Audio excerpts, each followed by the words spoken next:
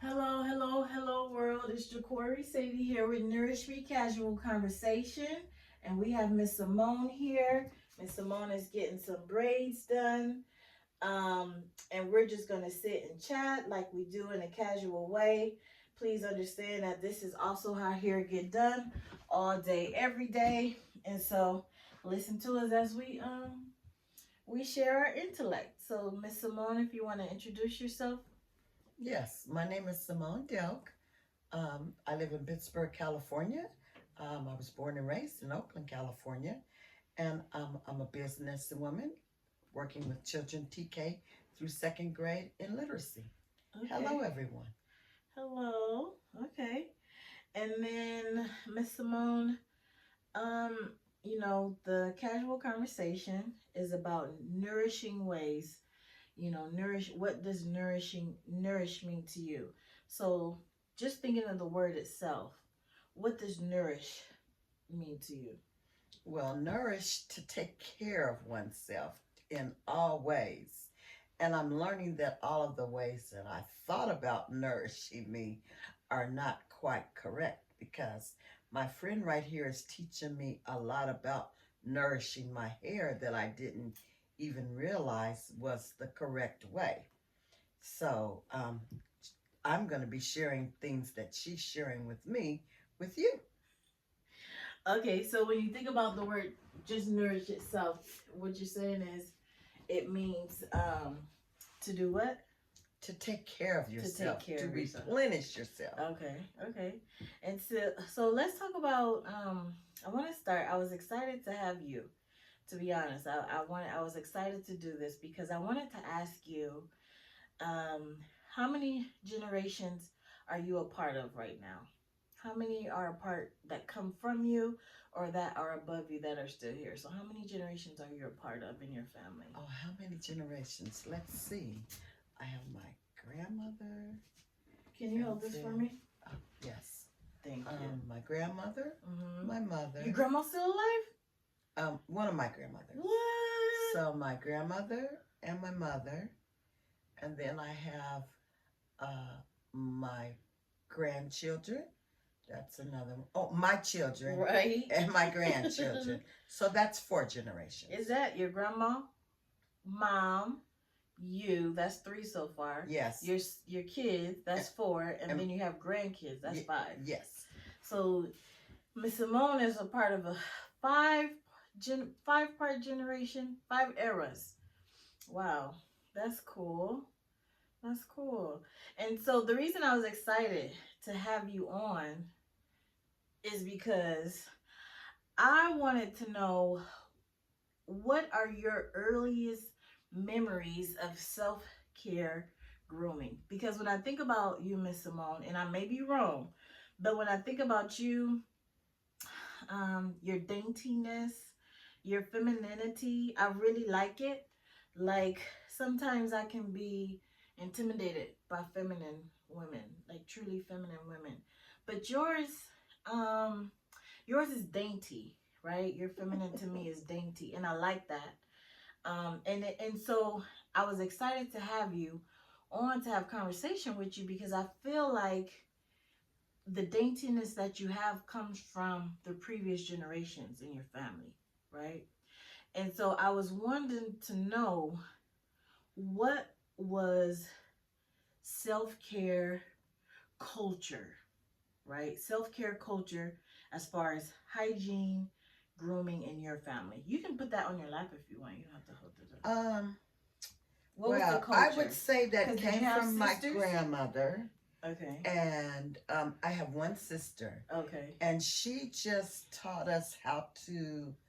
Oh, you learned from your grandmother. From my first. grandmother. Okay. She taught us how to take care of ourselves, how important it was that we take care of every part of us. Okay. And my grandmother lived in the household with us, gosh, for many years. And when she moved out, I was so sad. But, really? Why? Well, because although she only moved right around the corner from us, she was no longer in the house with us. So, we woke up in the morning, she was there, preparing the breakfast and making sure that we, got up and ready for school. And during all the birthdays, she would take us and we would get on the bus and travel downtown to Macy's or to Capwell's or Here in wherever it Oakland, is. right? Yes, that she Okay. was going to take us Newberries, Mm-hmm. and she just would take us places. Mhm. But she would always talk to us about how we were supposed to carry ourselves, how we Okay. were supposed to dress, how we were supposed to Okay. look. Now, her daughter, Mm-hmm. which was my aunt, Mm-hmm. she did our hair. So every 2 Oh. weeks, her husband would come and pick us up and take us to her house. Really? And she would do our hair. Okay. And so she taught us how to take care of our hair. So it was a family culture. So it was a self-care family group, culture. The self-care culture. Yes. Okay. So okay. So then, what are your earliest memories of feminine hygiene, grooming, that was taught to you or that you learned that you just remember doing on your own? Like, do you remember those days? I'm not too, I don't know what I could say about the earliest of those times. Or what was you taught? Let's talk about what was you taught then.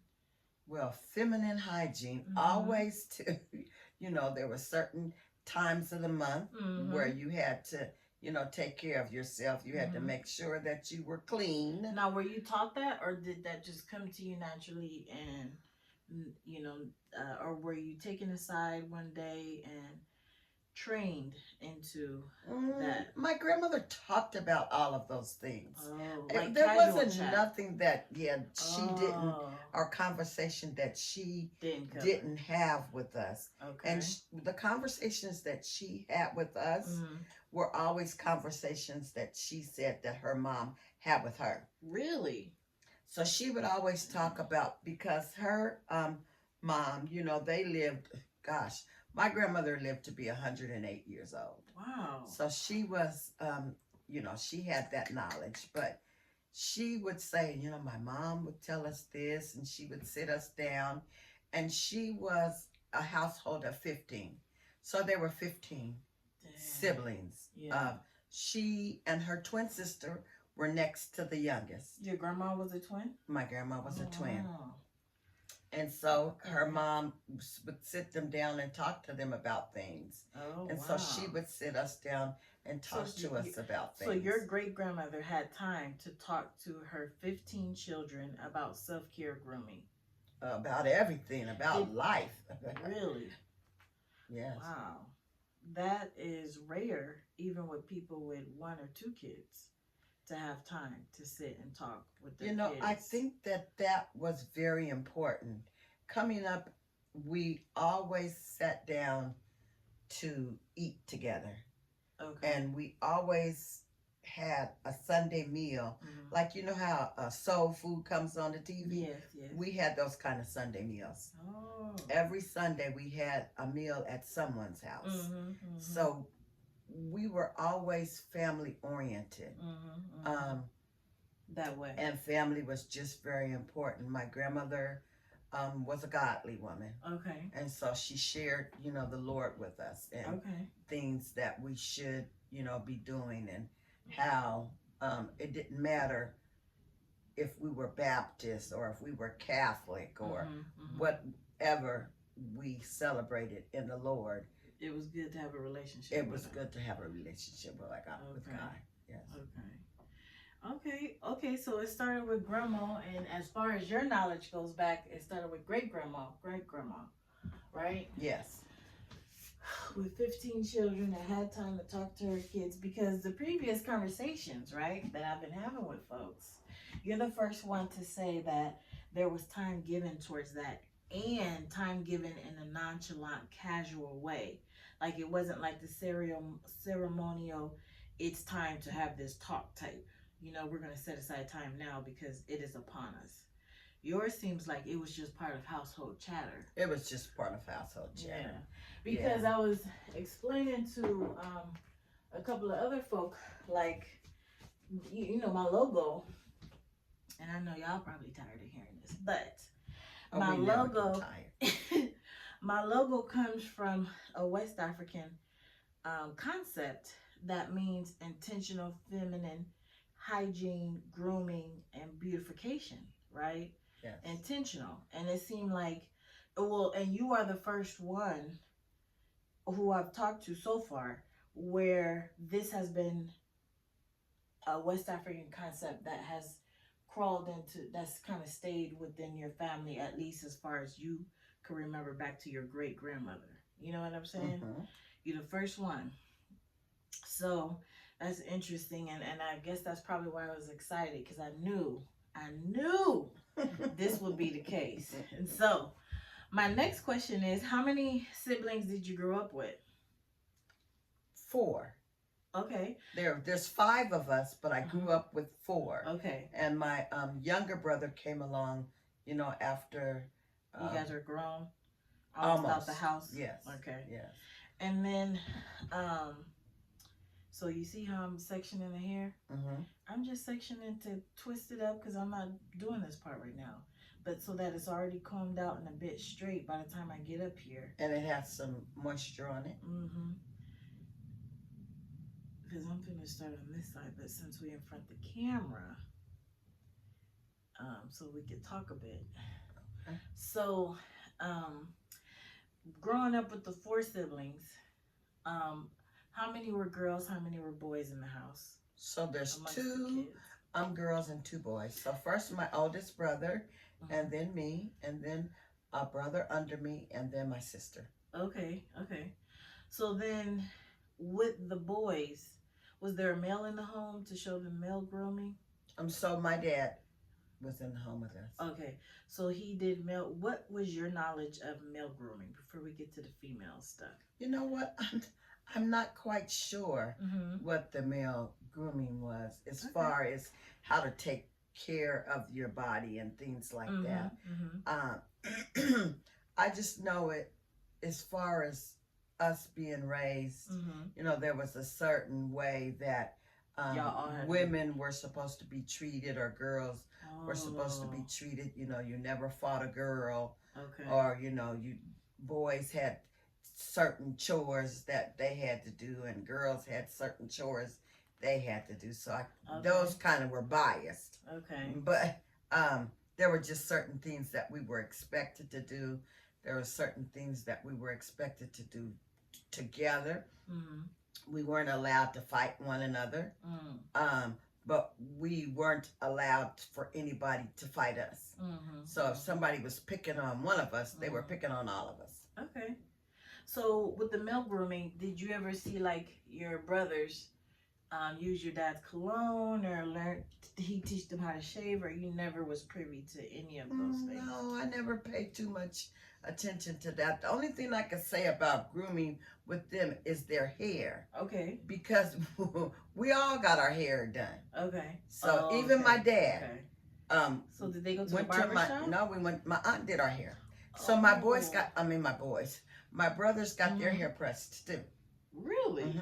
Oh, they had the rollers in and everything. Okay. And so did my dad. Okay. Yes. Okay.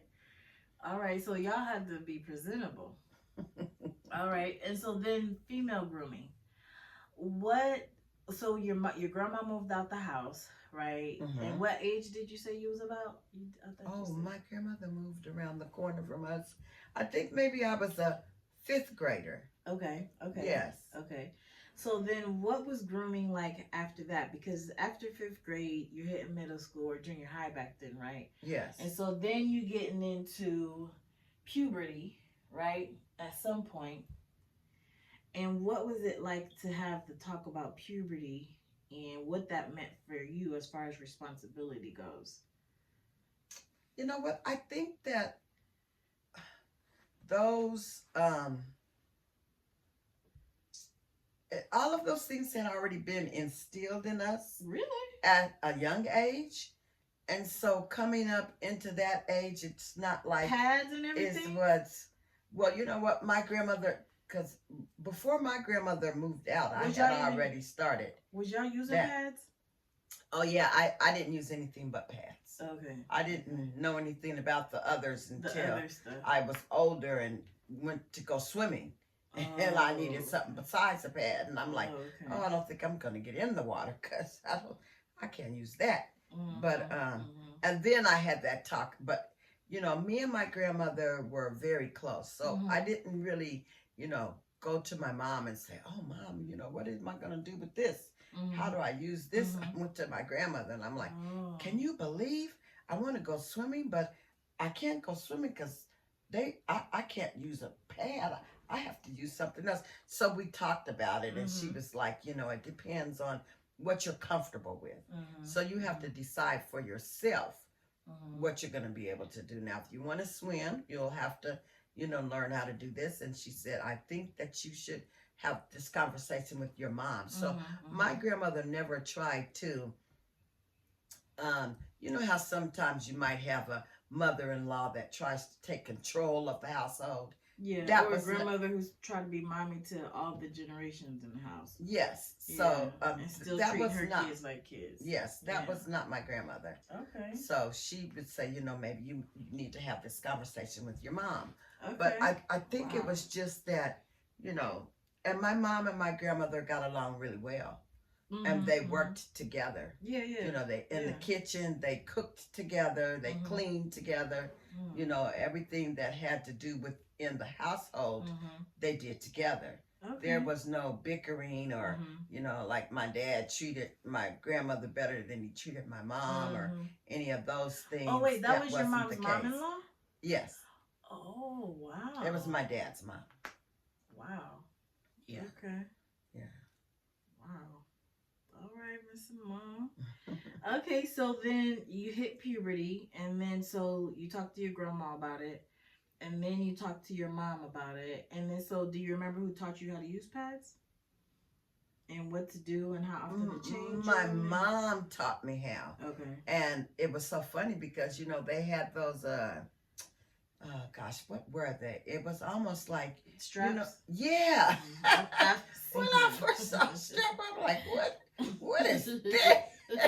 What is this? But my mom taught me how to use them. Okay. And I think maybe I had really bad cramps like Alasia does. And so, you know, the first day or two, I didn't even go to school. And that was the only time I ever missed school. Okay. Because the cramps were so bad. But, and I don't even remember what it is, you know, because my grandmother had a remedy for everything. And all of her remedies worked. Also, you took one of your grandma's remedies. Yeah, my grandma had some kind of remedy. And it took it right away? And I don't remember what it was because we didn't take like pills. You took formulas. Yeah. And I don't even know what it was. I don't remember. So my mom, when I had cramps, my mom would be like, "Come on, let's go walk." You know what I'm saying? So we'd be out at nighttime walking, you know, around the apartment complex and stuff like that. When it was nice, you know, to walk and stuff. Like she would just be like, that was the remedy for the cramps, to go walk it out. But outside of that, if I could stay home, you know, I would have one day. But I was really active, so it would only be like a 1 or 2 day thing, and then it'd go away, or maybe just a 1 day thing, you know. And so that's what her remedy was, for me to walk. Yeah. Okay. And then I could stay home, but that was, I really think because I was active, it wasn't as bad. Like I was a tomboy, so I would be out there playing football, you know, I'd be out there running, you know, playing hide and go seek and everything. Oh yeah. So the families were so different back then. I mean, because, you know, there were 4 of us, including my mom and my dad. You know, we went to the park. We had a football team, and it was usually the girls against the boys, or sometimes it was my dad and the girls and my mom and the boys. We played baseball. We did all of those things as a family. But our neighborhood was very family oriented. I bet almost every house on the block had kids. So we didn't have to make play dates like kids do nowadays. After we finished our homework, or we got up in the morning and finished our chores on the weekends, we went and knocked on the neighbor's door. Can Susie come out and play? You know. Oh yeah, she's cleaning up when she gets finished, and we might even sit on the porch or the stump and wait for them to get finished until they were finished, and then we would play. And that's how things work.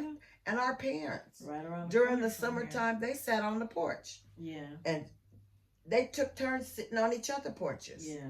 While we played outside, and we played in the streets. The streets were kind of like closed off in the evening time. And we played in the streets. Cars can just be running crazy. And we like played all in the streets and stuff. Yeah. You know. Yeah. We were outside till midnight or half the night. I experienced that in the South, living in Georgia, and my mom's hometown in New Orleans. I experienced that type of play, exactly what you're talking about.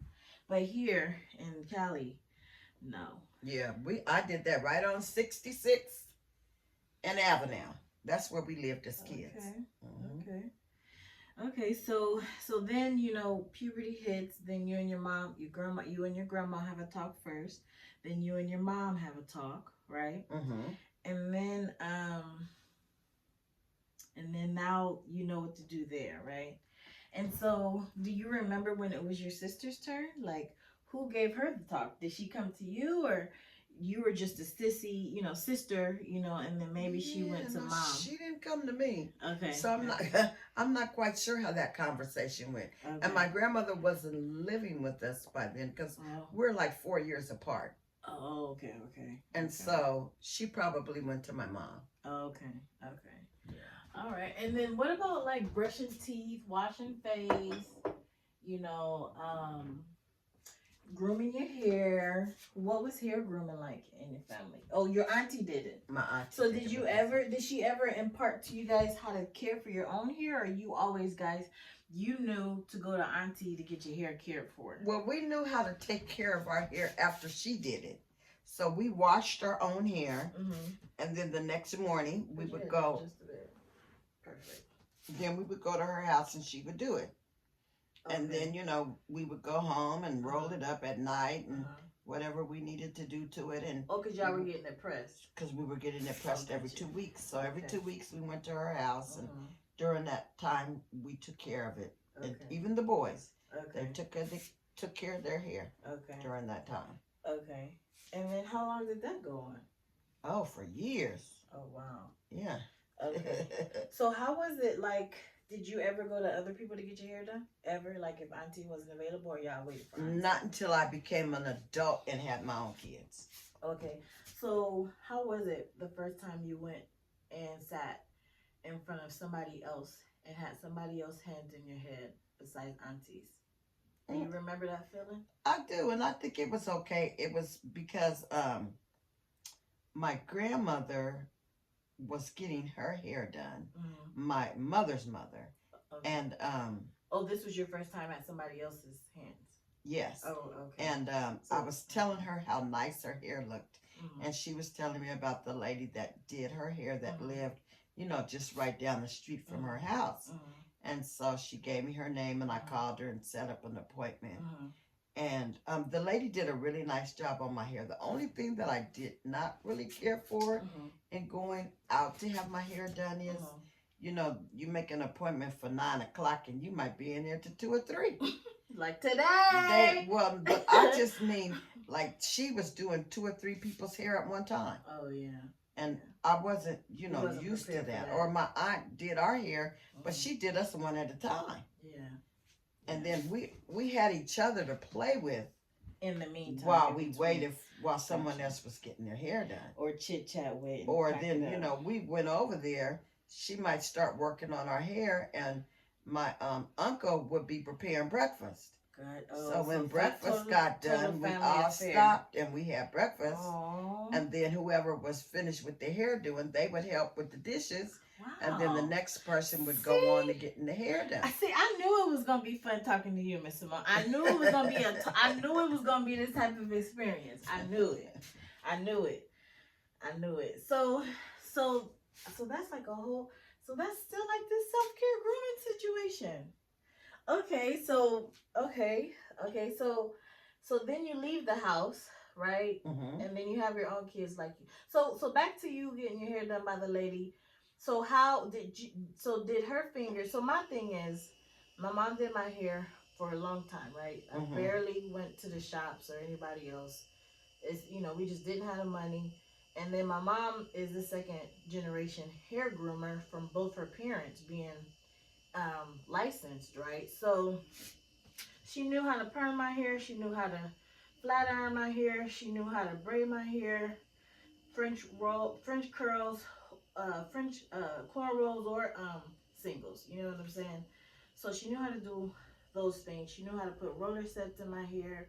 She knew how to wrap my hair at night. You know what I'm saying? I was trained early to wrap my hair. She knew how to use paper bags to do rollers. Oh yeah, we did that too. Yeah. So that was right around the corner. We used to do that on Cross. So that was my upbringing when it came to hair. But when I got older, moved away like you said, and then I have somebody else in my head, it never at salons I always felt weird going in there. It never felt quite right. And then sometimes I felt like the hands in my head didn't feel like good to my scalp sometimes. Like I think it depends on who you get. I really liked the lady that I had that did my hair. And, outside of her, you went to nobody outside else? of my aunt. No, I never went to anybody else. Oh, okay. And there were a couple of women in the shop, but I only ever went to her. The one. And when she wasn't there, then I didn't get my hair done until she was available. So you know the feeling then, subconsciously. Yes. Yeah. Okay. I mean, and then when my aunt did our hair, she only pressed our hair, but our hair looked like it was permed. I believe you with your texture. Yeah. It looked like it was permed. Yeah. She would use that curling iron and pull that hair. And it sure did. So what about, so you have children, you said you have two generations under you. So what was so did you ever learn how to do your own hair then? I did. I started perming my own hair. What about brushing and just simple combing? Like, did you ever do any scalp exercises, scalp massages? No. Okay. No, but my aunt did that with brush? Yeah, okay. But how old was when did your aunt stop though? I don't know. Maybe I was in the 10th grade when my aunt stopped doing my hair. She did my hair for a long time. Because So how was your relationship with your own head after that? Since you had somebody to keep you nourished in that way.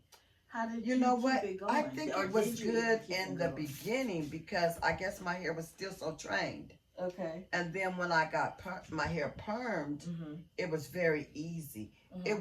It became different for me when I let my perm grow out. Okay. When I let my perm grow out and then I started taking care of my natural hair. Okay. I found that it was a different journey. Okay. And it wasn't as easy as I thought it was going to be. So I started a couple of times to re-perm it. And then I was like, no, I just want my hair to stay natural. What made you go natural? I don't know. I just wanted my hair to be... You don't remember? I just wanted it to be natural. I was like, oh, I'm not going to perm my hair anymore. Was it the fashion of the day? The fashion of the era? No. Really? Okay. Yeah. Because I remember when I wanted to go natural, I was 5 years old. And my mom was perming my hair since I was like 3 or 4 years old, you know? And it was like yours. I'll get my hair permed. It was silky straight. You know, you couldn't tell my mama nothing, right? I was 3, 4, so you couldn't tell my mama nothing. And so... And to her, my hair has always been thick. That's always her comment when she braided. Ooh, your hair's so thick, you know? So the perm was easy for her too, right? Even though she knew how to braid and stuff like that. Like I told you, her texture was different. So when I turned 5 though, I kept feeling my hair before we get the perm, right? Because I hated getting the perm and the burn in the edges and don't touch your hair, don't scratch your hair. We got to put the Vaseline on. You might have a sore. Then I remember the sore, so I don't touch it, even though it's itching like crazy, right? All at 5 now. But then I was just like, I'm tired of this. And then I remembered like feeling my roots every time right before the perm came, right? So I would feel my roots. I'm like, oh, this hair feels pretty. This hair feels curly. I want to play in this hair. That's what I literally thought. Like, I want to play in this hair. I want this hair to grow out. And so then I told my mom, I said, I don't want to perm my hair anymore. I want my natural hair. I want the curls to come out. I want the hair. And so she was like, okay. And so she didn't perm it after that. And so she just let the perm naturally grow out, So she would blow dry it, and then eventually that's when she had to do all the braid styles herself and keep it braided for a while, for years. Till I told you about when she cut my hair. that was a different journey after that. But so that's how mine was to go natural, right? And so at 5, 6, 7, I'm not really caring. I don't have a complex, right, about being natural at that. I don't have a complex because by this time we had moved from the city of Oakland and we had moved back to Georgia. We had moved to Georgia, right? So a lot of the girls had natural hair at 6 years old. You know what I'm saying? Back that way. And so there was no complex for me to have, going natural at 5, 6, 7. I would say it wasn't until I hit middle school, high school, and my mom stopped doing my hair. She wanted me to do my own hair, right? And then I was having trouble doing it because now it's really thick. Now I'm getting self-conscious. Now I'm hitting puberty. And I don't quite have I can't cornrow my own hair at this point. You know what I'm saying? Middle school, I didn't know how to cornrow my own hair. And then I was having issues. Then I had a bit of a complex, Okay. So did you ever get that, having your natural hair? No. No? So when you would get frustrated with your hair, what was your remedy to keep it natural? Like, how long have you been natural this time? Oh, gosh. Even if you've cut it, how long have you just kept it naturally growing out your scalp? I'd say 7 years. Okay. And then what made you keep it this long? Is this the longest it's been natural? What made you keep it this long? I don't know. I think it's easier to take care of naturally, or so I thought. I mean, me, even if my hair is permed or natural, I'm always changing my hair. Okay. Like I might have it in braids, or I might have it twisted, or I might have it in curls, or when I was working, everybody was like, "Gosh, I don't know anybody that changes their hair as much as you do." Oh, because you like different styles. Yeah. But that's probably from your auntie always keeping you whipped, right? Maybe so. Okay. So, but I just liked changing it all the time. But now it's like, oh, I don't have to do anything to it. I can just leave it as this, or I can braid it, whether it's straight or natural. It doesn't have to be bone straight for me to be able to braid it. So you like braids? I do. Braids are easier because I don't have to do anything to it if it's braided. No roller set, no taking the rollers out. Yeah, nothing. So if I braid it, I just can get up, and that's one less thing I have to worry about. Right. That's how I feel about these locks. One less thing I gotta worry about. So that's hair grooming. And then what about being musty or taking showers? Did you ever have to be talked to about those type of things? Why not? Because we always did it. I think we always knew we had to take a bath every night, so that was just something that we did. Oh, okay. So we never had to worry about. Now, as an adult, I think like going through the change, I had to try different things because like Secret used to work on me, and then it didn't work anymore. Mm-hmm. Um, there's another one that worked on me that didn't work anymore. So I had to keep trying different things because my body was changing, or even perfumes.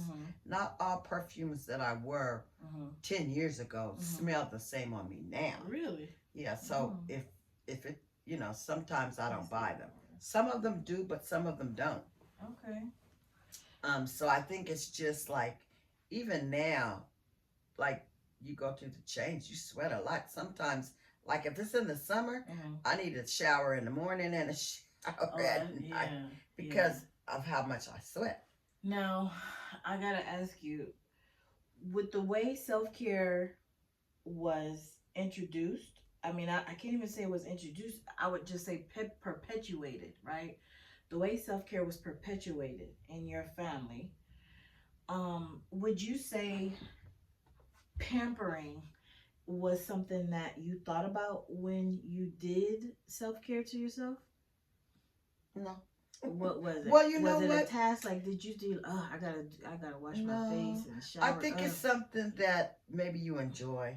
So like it was a pampering moment. It was a pampering moment. Okay. Because you have Bath and Body Works and all these different places. So I always like I always like bath salts in my water or different things. I would put baby oil in the water and cleaning yourself. Yes. Because you're the first one. You're the first person who said that. Really? Yeah, that enjoyed it. It wasn't a task. It wasn't something they had to get out of the way to start their day. Like, it was part of your day, right? Yeah. No, not for everybody. Yeah. So, but I can see how it could be because of the perpetuation of self-care as a family, as part of the family culture that it was, right? Like, and it wasn't just in your household. That's why I keep saying family, because it wasn't a household thing. It was multiple households, right? Yes. Right. So, I knew I was gonna have this. So then pampering yourself like that, how have you perpetuated it down to the next line after you?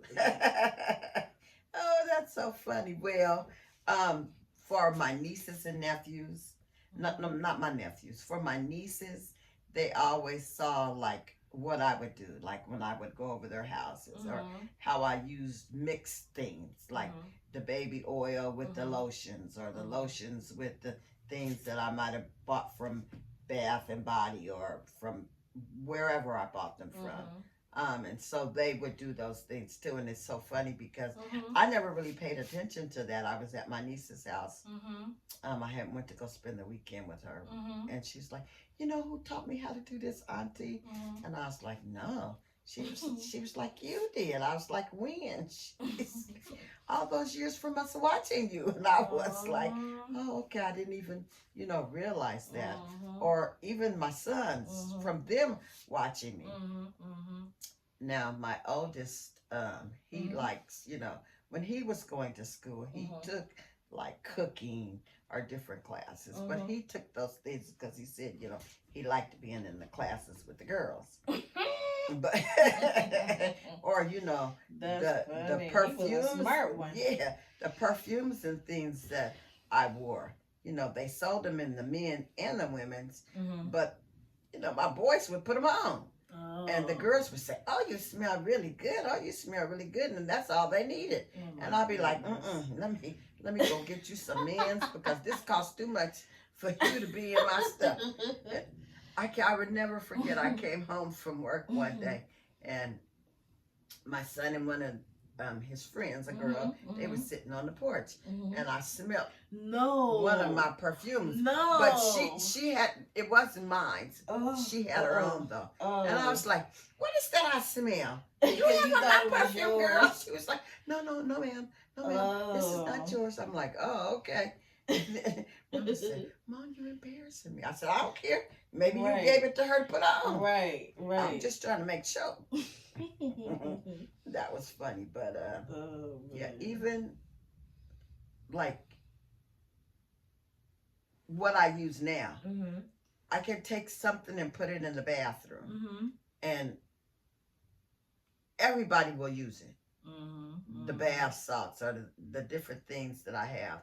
I put them in there and everybody uses them. So usually when I go now to buy something, I buy something for everybody. Okay. Because I don't use my stuff as fast as they use theirs. Right.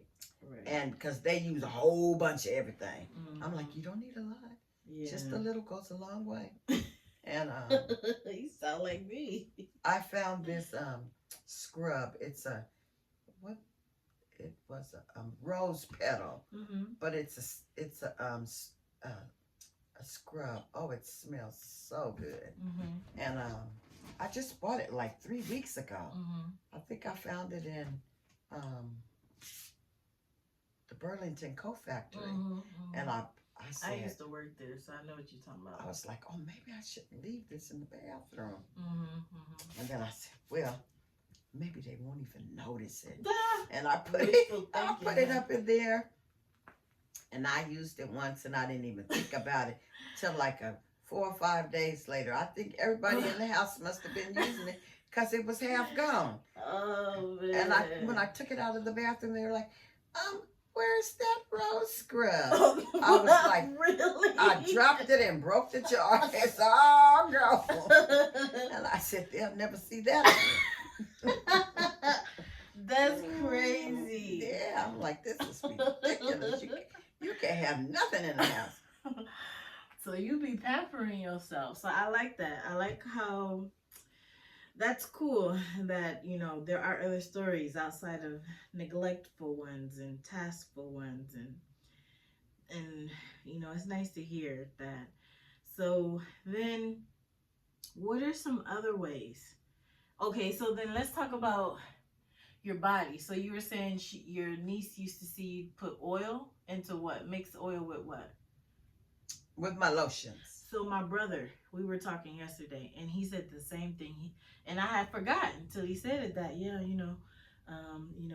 it wasn't until I mixed, we mixed the oil with the lotions that I could actually see some shine and it would last, And so how is that for you? Was it the same type of thing?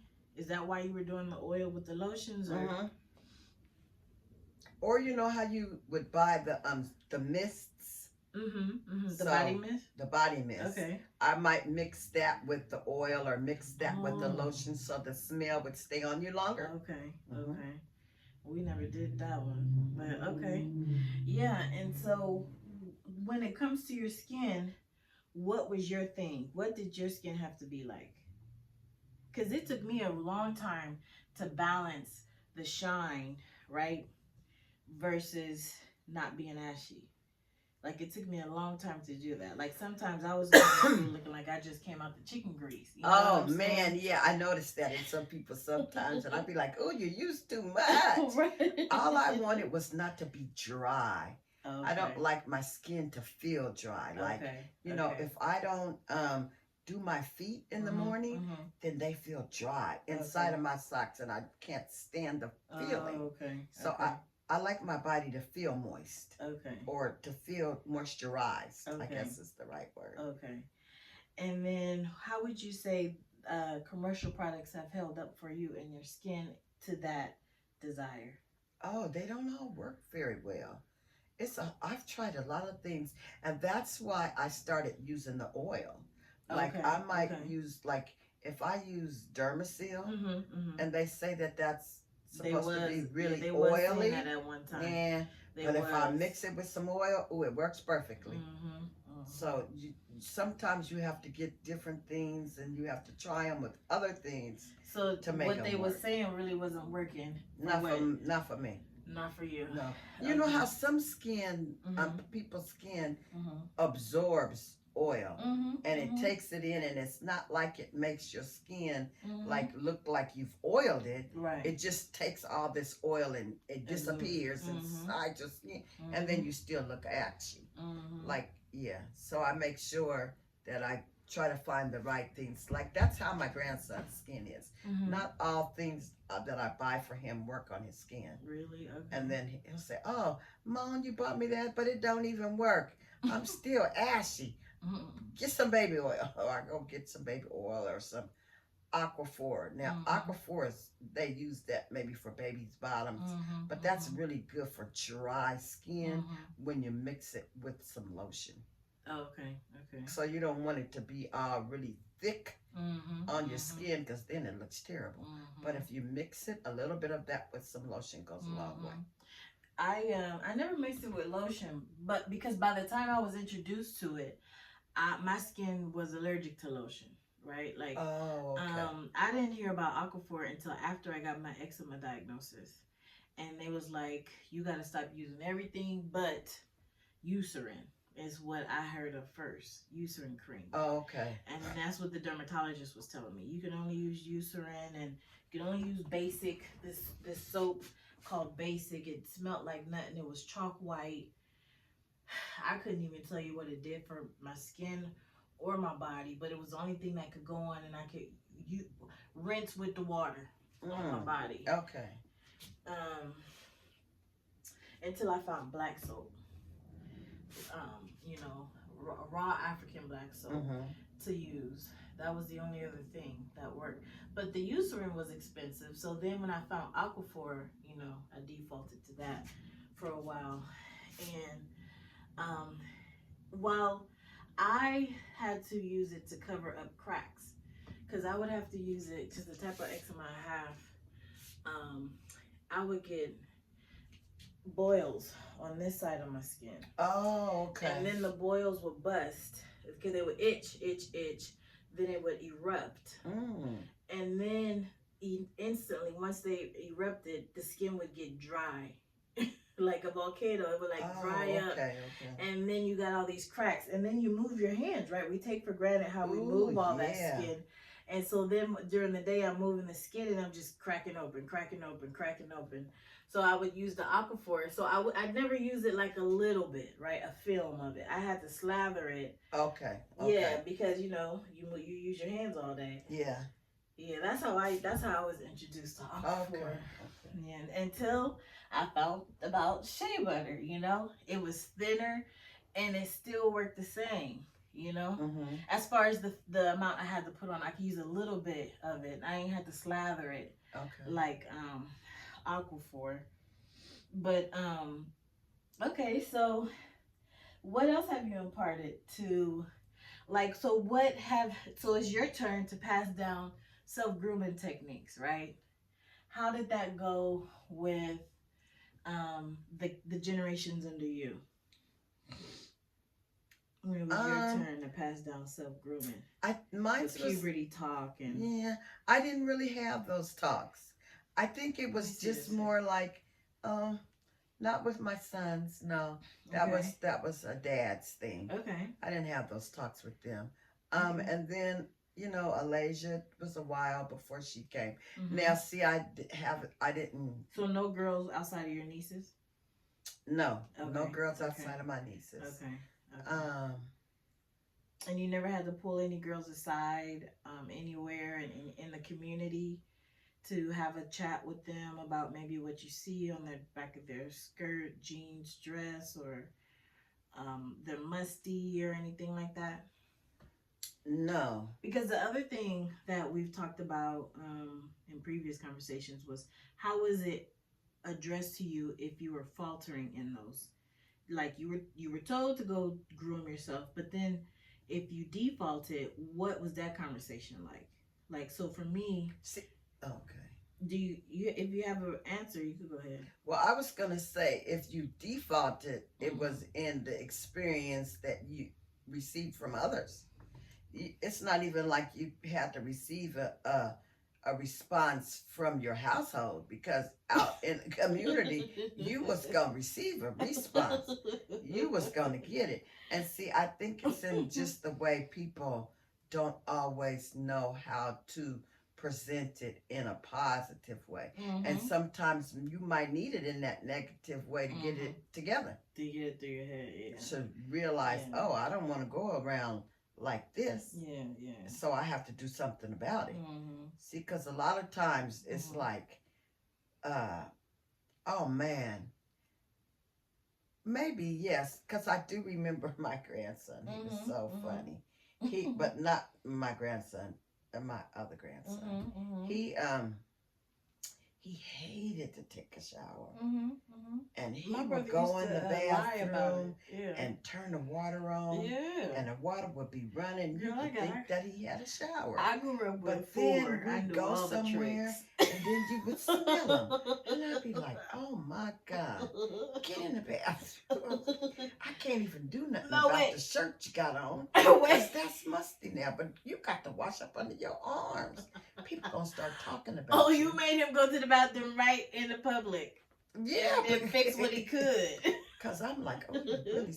But see, Oh, now, this part is I always keep deodorant in my glove compartment. Oh. Always. Because, see, you never know when somebody gonna need it. Okay. And so I always have deodorant in the glove compartment. But for him, I was like, I had to keep a spare shirt in the car, too. Really?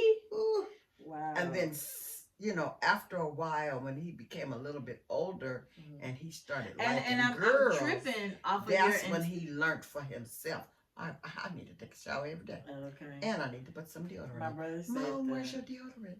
Oh, now you're asking for deodorant. So you were very intentional. That's something else that a lot of the other conversations that I had, they weren't. Me too. This is my experience too. Like we all shared that grooming, self-care wasn't intentional, introduced to us intentionally or casually as part of a perpetuated culture. And nothing was intentional about it at all. You know what I'm saying? It was when you defaulted is when it was brought to your attention about self-care grooming. But you may not have been taught how to do it in the first place, or a routine or regimen was shown to you. You know what I'm saying? Yeah. So, to your point, I knew, because this is what I'm saying. The pads, right?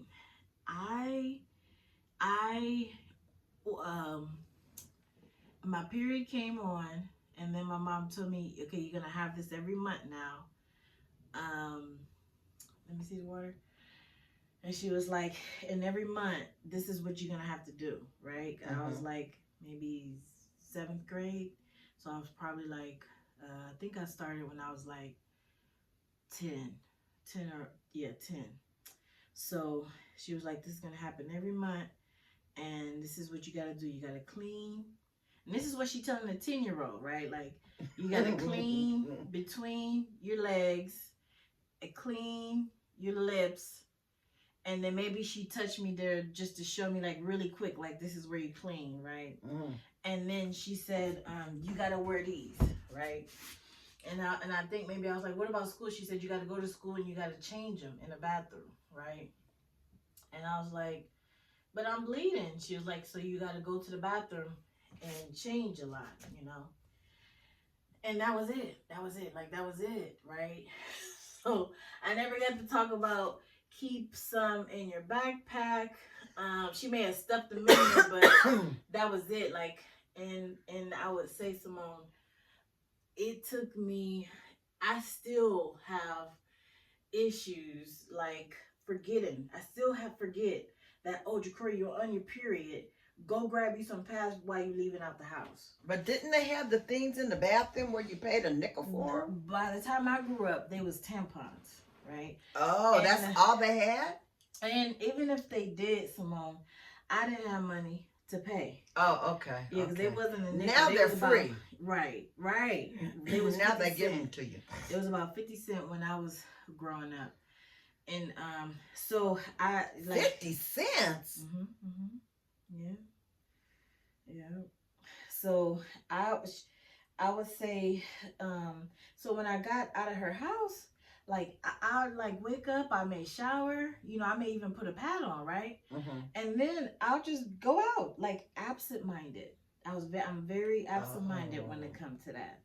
And even showering, like being in the shower and stuff, like I'm absent-minded. Like I realized maybe about a few years ago, I realized how absent-minded I am in the shower. Like I'm not intentional with grooming my underarms. Like I'll do this, you know, Oh man, all of us stay in the shower too long. I'm always like, get out, get in there half an hour. The bill is not free. Now, I will be in there long because I'll just be sitting there with the water running down my Oh back, my right? gosh. But as far as being intentional about, oh, let me wash my arms, let me wash under my arms, let me wash, my vagina area, let me wash in between my lips, let me get for the longest, You like didn't my think mom about never those showed me. things. Yeah, because it never was taught. So Oh, what okay, happened okay. was the default, right? I was now I'm in high school. I done had a period for a couple years.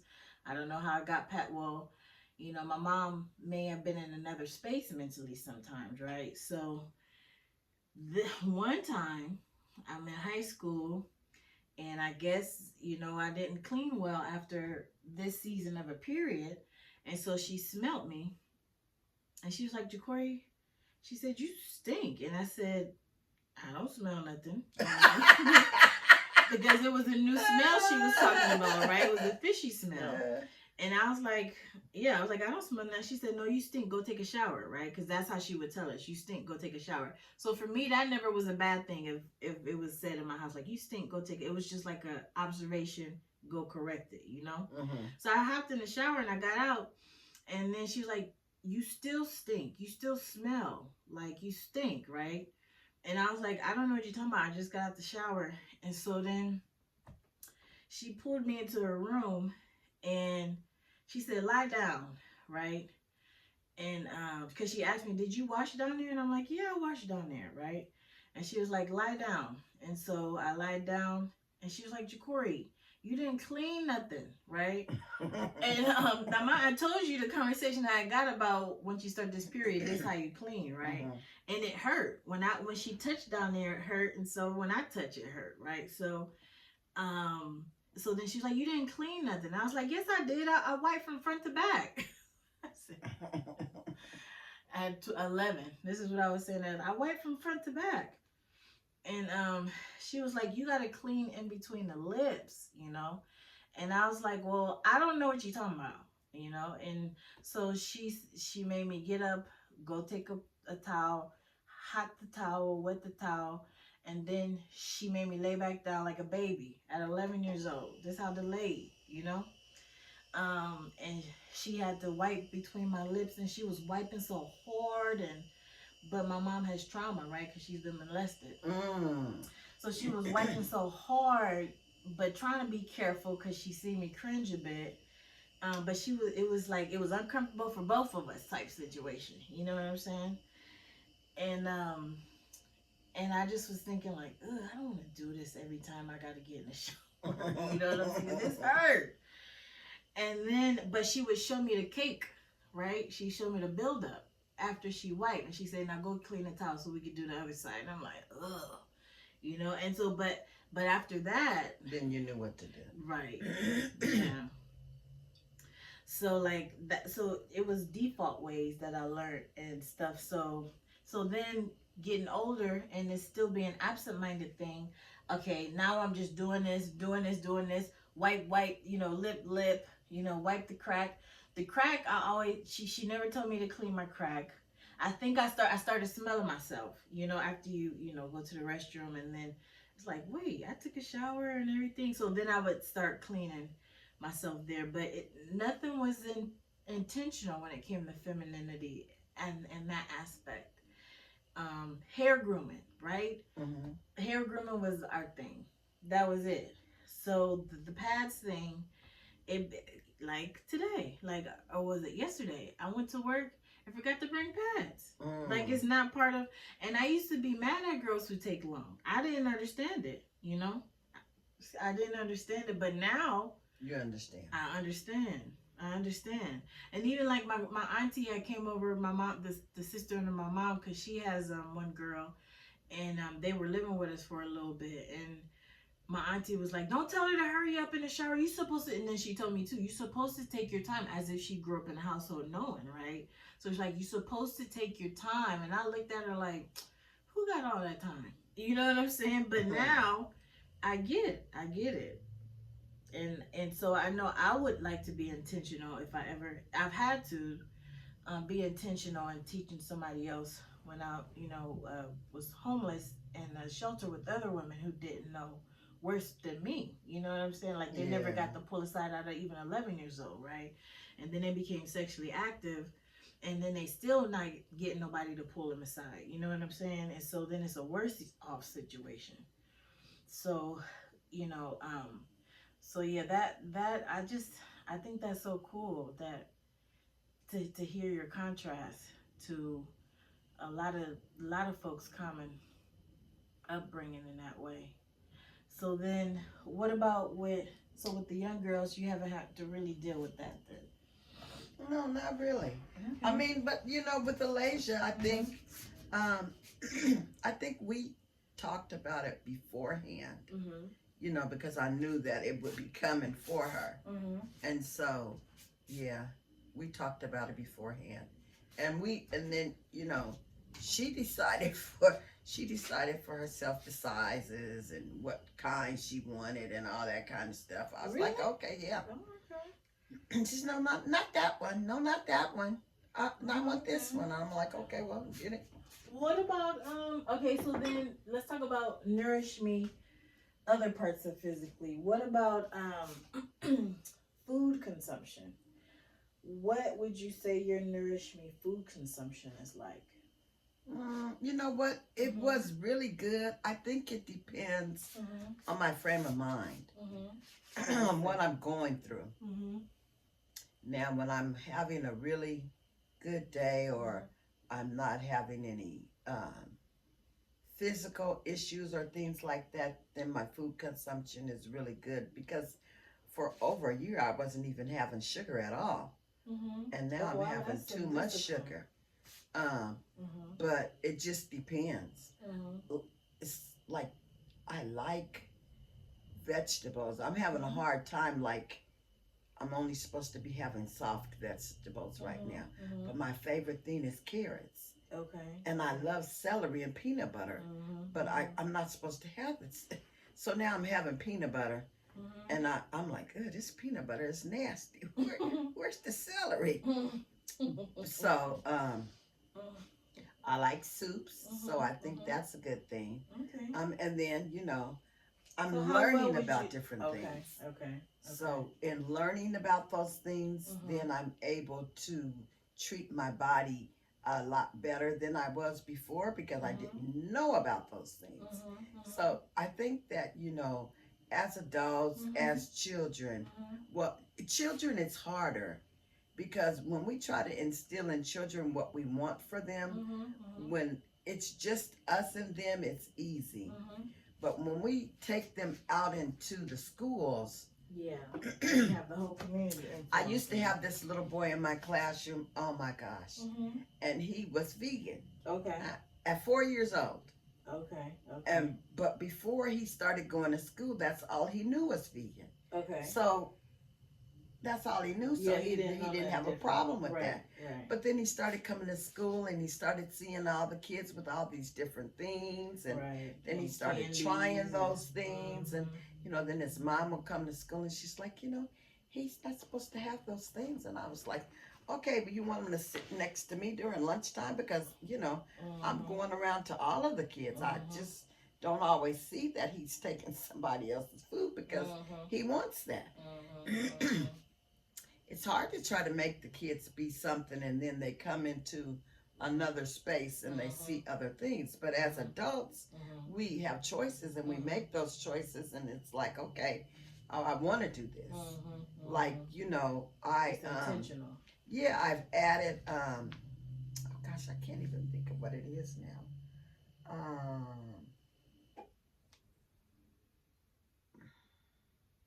It won't come to me now. What's the that drink I'm having? Oh, some type of smoothie. Um, well, the one I tell you, I go to the store and I bought it like it's $7.99 a pound. The papaya. Not the papaya. The what? The one that's helping me with my blood pressure. The hibiscus. Oh. So Yeah, you you know said what? I yeah. didn't even really care for hibiscus. Like when Mhm. me and Alasia would go and she would Mhm. let's get a hibiscus drink. I'm like, ugh, that stuff is gross. But now I'm drinking that every day. Mm-hmm. And I don't have to even, mine's is not sweet. Really? It just has to be cold. Okay. And as long as it's cold, So you've acquired the taste to it. I've acquired a taste for it. So I'm drinking that. So see, I'm adding something that's healthy for my body, and I'm having it. And I'm having those papaya seeds now. You know, I think it's all in our frame of mind and what is good for our bodies. And you know, I can't wait till we start doing this juicing and different things. So first of all, we start off, it takes you getting used to doing something. And you start doing it a little bit. And then you get used to it, you're able to do it. Yeah. And it's all in what your mind wants to do. So you are for nourishing your body. Oh, yes. Through healthy consumption. Did you get there intentionally, willingly, or is it because of health reasons or health scares? Health reasons. Okay. Health reasons. Okay. Would you have been so intentional with your nourishment selection if it had not been for health reasons? No, but I wouldn't have even known about those particular items if it had not been for my health and then talking about it to like you. And you said, oh, try this, or you can do this, or and you then can you do looked that. up some stuff. And then, so that's how I know about those things. Okay. So a lot of herbs or special things or things that we could be using for our bodies, only thing we know about it is the medicine that the doctors tell us to take. Right. So unless we investigate for ourselves, unless we're computer savvy and we can get on and start looking, because you look here, and then you got to go look here, and then you got to go look there. You need the time and the patience. Then you just do the other things because it's easy. Right. That's why, like, with the herbs that I put into my products, that's why I specifically chose the ones I did, because they're common knowledge, well documented, well researched ones. So if you did go looking, you'll find some documented researched proof, you know what I'm saying, at the National Institute of Health. Only because, like you said, you could kind of go down a rabbit hole looking at one thing and then it's suggesting another thing, you know, on the internet, and then it's another thing, and then it may say, you know, then you may come across some contradicting information, you know what I'm saying? Then you're kind of confused and skeptical to try it. But then if you went to go talk to somebody in the herbal community, they may know, you know, but then that may be contradicting to what's on the internet, you know. So that's why I did choose the certain herbs that I did, because everything's documented. Like science plus the naturalists are saying the same thing about these herbs. You know, there are other herbs that do the same things, and that even may be more popular right now. But these are tried and trues. You know what I'm saying? Yes. To inform folks like you who are just now searching options, and they want to try it, and they want to make sure it's a tried and true method first. You know what you I'm want to saying? make sure that so they can actually start getting into it. Yes. Right. And you want to know that it's affordable for you to use. Because a lot of times people won't try things because they can't afford them. Right. And like I really like the shampoo because it made my scalp feel so good. And then you it's have not a dry drying. scalp, huh? Yeah. I could tell. Cause at first I thought I saw dandruff, and I'm like, wait, our scalp is all of dry. us have dry scalp. Yeah. My sons, I said, no wonder she always saying my scalp feel good. And I said, that's why. You got a dry scalp. I have a dry scalp. Yeah. So those things feel good in my hair. Now when you put the oil in there, oh my gosh. I felt like, it was really going into my scalp, penetrating in there. And it was just like, it was giving me a treatment. And it was real. I really liked it. Yeah. Well, thank you. Yeah. And so what about nourish me spiritually, mind and soul? How do you be intentional towards your mental health, and if you see a difference in your spiritual health, or if it's the same, how are you intentional with those things? You know what? That has to be How that do you nourish begins yourself? in spiritual. Okay. Okay. And my spiritual always comes from the word. Okay. The word uplifts me Okay. and builds me up. Yeah. And I see things that were, I was kind of like falling by the wayside with the word. Mm-hmm. And things were starting to transpire in my life that were causing me to kind of like go down, or that were causing me to become angry. And then out of your character, out of your yes, good character. and then when you get that way, it kind of like puts you in a slump. And I had to say, okay, I started back to reading the word, and there's always something in the word that goes along with life of today. But maybe it happened BC, but it relates to life on today's trials and errors, or behavior or attitude. Yes. Yeah. And I could say, oh my gosh, okay, I have to start doing this, and I have to start doing this to get here. I have to come out of this level right here to build myself. Otherwise, I'm not going to learn, I'm not going to grow, and I don't want to stay here, and I don't want to be at an anger, because in our business and in our everyday life, we're going to have trials and errors. And if we don't learn how to deal with those trials and errors in our daily life, we sure are not going to be able to deal with them in our business life. And that's what I kept on telling myself. Okay, now this is happening to me on a level that is different from business.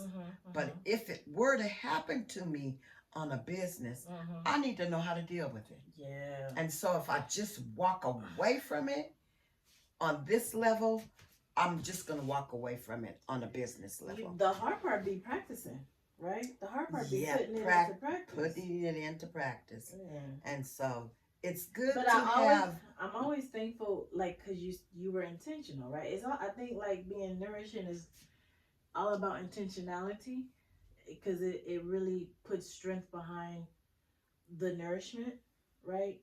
Because like you said, when you realize, like, I've always thanked God for realizing that moment before you go, before your behavior change. When you're able to realize that moment, I'll be like, oh, thank you, God, because now I can make the choice. Make a change. To practice something different. Yeah. So you can make that change, because we need a change, and we can't let things affect us in a negative way that keep us from getting to where we need to be. Yeah. And we're going to always have trials and tribulations. We're going to always be tested on something, and we have to know how to get from point A to point B. And the good thing is being with like-minded women and learning and being able to receive what is given to you. True. Like you have something for me, I have to be able to receive that. Not to say, oh, she don't know what she talking about. I don't know why she's saying that to me. We have to be willing to receive. And that's why I like having and being to do these different things. I like having you as my accountability partner. I like having Takari as my mentor, and so we can grow and see, people come into our lives for a season, for a reason, for a lifetime. We don't know. And we might think somebody is coming into our lives and they're going to be there for the bulk or for the duration of our lives, when it's not the case. They've coming into our lives to teach us something, and we're going to learn. It's going to either be a negative or a positive. It's up to us to know when it's time to fold them and when it's time to run or walk away. True. Because either we can hold on to that negativity, trying to say, but this wasn't meant to be, or we can know what we know and say, hey, it's time to let that go, because that's not worth holding on to. It's not. It's ruining my inner being. Exactly. Yeah. Exactly. I've had to learn that lesson a couple times over. Yeah. And I feel like in some ways, it's not learning a lesson now. It's just putting it into practice and then staying away from it altogether. You know what I'm saying? Like I should, at this point, I should be able to recognize when, okay, no, that ain't for me. I ain't even got to try it out. You know what I'm saying? Yeah. I just know it ain't for me. You know what I'm saying? It's licking. It's licking like it ain't for me. Ain't no point in trying to see if it's for me, you know? Yeah. So now I feel like I'm at that point, you know? Okay. Like just let it be itself, Ja'Cory. You know, you still got to sit and be patient or do something else. You know, there's other things to do in life. And that's why I said, well, let me try entrepreneurship. You know? It's a good thing. It's a good thing. And we live and we learn. Yeah, yeah. And we're going to learn from our mistakes because if we are not allowed to make a mistake, how can we learn? I think that's what the whole point of us being down here on this earth. I think we was up in heaven being too perfect. Man. Acting too perfect. We have taking to learn. Everything, all the perfectness for granted. We're going to learn. We're going to make mistakes. Said, let me show y'all something. Let me show y'all the real. Ask questions and move on. And learn. Yeah. And it's good. It's good. Yeah. So I used to, I know I get it from my dad. He's hard on himself, right? To the point, you know, some people so hard on themselves, they don't want to see their faults. Because they so hard on themselves, they think they ugly, so they don't want to see their faults. So that's how, it wasn't that I didn't want to see my fault, but I would just be hard on myself. You know what I'm saying? Because I always believe that there are people who are redeemed, right? Because that's the whole Jesus' whole message, right? So it wasn't that I did feel like I'd be ugly, though. I did feel ugly and looking at it. But then I said, you know what, Ja'Cory? The reason you think you look ugly is because you're so hard on yourself as if you're the only one who making this mistake. Yes. You know what I'm saying? Yes. And then when I realized, like, I mean, you know, it's people making mistake after mistake, and you know, mistakes, like you said, mistakes is just part of life. You know, they haven't learned a lesson yet, and until we learn a lesson, we're gonna always make that same mistake because we haven't learned a lesson from it. Right. We haven't opened ourselves up to know that there's a lesson to be learned from this. Right. And that's when I was like, you can't be so hard because you're gonna miss the lesson. You know what I'm saying? You're going to miss the lesson if you just focused on your ugliness in it. You know what I'm saying? If you only focused on that, you ain't going to learn the like you just said. So then I stopped being so hard, right? Because how is she going to heal? You know? And you know what? I feel like until we have gone through something, we can't help somebody else that is going through what we have gone through. Yeah. Because, you know, I used to say to my friend, she lost her grandmother, then she lost her mom, and then she lost her son. But when we talked, I just felt like I could just feel all that she was going through. And she kept telling me, you can't understand. You haven't gone through it. You can't understand. You can't understand. But after I lost my grandmother, and then how I felt, I could truly say that anybody going through a loss, I could understand. Because I may not have lost a son because it's a whole different feeling. Right. I may not have lost a mother because it's a different feeling. But I have gone through that loss. And so I can experience, I can talk about that. You know, if you have someone and say, for instance, if your son or your daughter has gone to prison and you can't really share that experience with someone that's going through that when you haven't gone through it yourself. But when you've gone through it, you can share it with somebody else. So when we go through something, it's a time somewhere down the line that we're going to be able to share what we have gone through. Somebody is going to need us somewhere down the line for us to share what we've learned. You know, and then so what about exercise. Now we talked about consumption, but what's your exercise? Do you nourish yourself? Do you? You know what? I used to nourish myself daily, Mm-hmm. but see now, but when I when I get pains, then I Mm-hmm. don't, and I should just try to work through that. Mm-hmm. But I do go to the gym. What? How often? Um, How often do you I nourish was yourself going at the every gym? day, but I don't go. And now that the weather is cold, I Mm-hmm. was just telling Alasia, I said, Alasia, we got to get back to 24-hour fitness Mm-hmm. because I want to get in the water. Mm-hmm. Because during the summertime, we Mm-hmm. went every day Mm-hmm. because she can go for free. Mm-hmm. Okay. And then, so we were going in the morning Mm-hmm. and we'd go get in the water. Mm-hmm. We'd walk and we'd swim across, or I'd ride on the noodle, Mm-hmm. and then we'd go get in the jacuzzi. I would Mm-hmm. never get in those too hot things because I didn't really feel like I wanted to Oh, do the that. sauna or the steam room? Yeah, Mm-hmm. but the other things we would go to, or we would ride the bike, or Mm-hmm. we would go to How long ago was that? the summer. I haven't been Oh, since okay. the summer. Okay. Yeah. So Okay. I told Alasia, I said, "Oh, you're on break now. I can go." Because the guy was telling me I can go sign her back up for $19.99, Mm-hmm. and then I can put her on some kind of plan Mm-hmm. and only pay for her to go, only pay $10 a month for her. Really? Yeah. Oh. And so I said, okay, I'm going to do that. Because then she said we can go every morning before she goes to school. Mm. And see, that way we can go every day. Because now we try to walk in the afternoon, but it gets dark so early. So by the time she And gets it been home raining and stuff. and it starts to try to get dark, Mm-hmm. because I know it's raccoons out. And I can't be walking with the animals. Me and the animals don't get along. Okay. So, yeah. We have to go back to the gym. But yeah, I like to, it feels good when you can exercise and work your body out. It do. It does. Yeah, it do.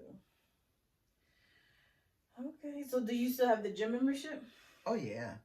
Okay. See, because I signed my son up when he was 16 and he's 45 now. Mm-hmm. And he still only pays $12 a month. What? Yeah. How that work? That's how long ago I signed him up. And he's never come off the plan, you're saying? No. Wow. So his plan will never be over $12 a month. And I can go to any gym I want to, and mine is $24. Okay. And I can go anywhere in the world. Mm. And that's all it's going to cost me. So I always stay on my plan. And I just say, okay, Ronald, it's time for you to start paying for our plans now. I didn't pay for them long enough. Okay. So, yeah. So then, nourish me naturally, right? Mm-hmm. What does that mean to you when it comes to raw materials of the earth? I know we talked a little bit about you getting into it food-wise for your internal health, right? Your internal health systems. And what about outside? What do you know about raw materials of the earth outside of the food ones? Do you know any other raw materials that you know to work? I don't. Okay. Have you ever tried any raw materials like shea butter, or black soap, or castor oil, or cod liver oil? These are all raw materials. Raw materials. Well, okay, yeah. Castor oil and cod liver oil. Oh my gosh. As kids, we were never sick because we had a teaspoon of castor oil and a teaspoon of cod liver oil every morning. Okay, what about garlic? Did y'all do any garlic? We never did garlic, but we would never, except for me, that time of month, we were never sick as kids. What you do on that time of month? Oh, the concoction that your grandma made? Yeah, after that, then I was never out. But before what about that, anything with apple cider vinegar? Okay. But my son did tell me something about apple cider vinegar and lemon for your stomach. But I think maybe that might have bothered my acid reflux. But now that my acid reflux is doing so well, I might try that again. And so the cod liver oil, did y'all ever do anything else? Or what did you think about it? Did y'all get sick during the winter? It was gross. We was never sick, ever. I was like, oh, all other kids got to stay home from school sick. But now, if we did get the chicken pox and stuff like that, but no colds and flus and things like that. We never got. No, we never had none of that stuff. I didn't even have asthma as a child. I didn't get asthma until an adult, like in my late 30s, early 40s. Okay. But as a child, never sick. And what else did we have? Now, you know what, my grandmother, but see, that was when I think you could take Vic Sab, because she used to use Vic Sab, sugar, and lemon, and she would make a cough drop concoction. Okay. And whenever I had a cough or a sore throat, she would go in the kitchen and mix those things together, and she would come back with it in a cup, and I would just spoon it like candy. Oh, it was so good. But it would always help. And I was like, oh, this is really good. So things like that she would put together for us. Now, and I think, who is that? My niece? Like, sometimes I'll have KP do that. Rub down his feet with some not alcohol. With Vic Sab, and put his socks on. You know, the vapor rub. Okay. And put that on his feet. It's supposed to help you with when you have colds, or to stop you from getting colds. Okay. So we did that. What else do I know to do? I think that's it. I wish they had something for pain. What about you ever cook with coconut oil? Coconut oil. Not too much cooking with coconut oil. Okay. It tastes good. Does it? It tastes real. It make everything like enhanced. You should try it. Like, switch your butter out with it. Oh, instead of the butter, use the coconut oil. But now, what kind of coconut oil? The one that cold pressed, unrefined. It's the most gentlest way that they extract it from the plant, or from the cocoa pod. And do you get that like from Trader Joe's or something, or just in Winco? No, you get it from Trader Joe's. I'm gonna look for that. I'll probably go forget, and I'll be calling you when I get in the store. That's fine. What did you tell me? Send me a picture, and I'll tell you if that's it. All done. Cause I like. What about avocado oil? Yeah, but it's not as. The coconut oil tastes with eggs, scrambled eggs. It tastes good. Okay. The coconut oil with beans tastes good. Wow. Yeah. Okay. Lima beans, black eyed peas, tastes good. Yeah. Oh man. All right. I'm gonna try it.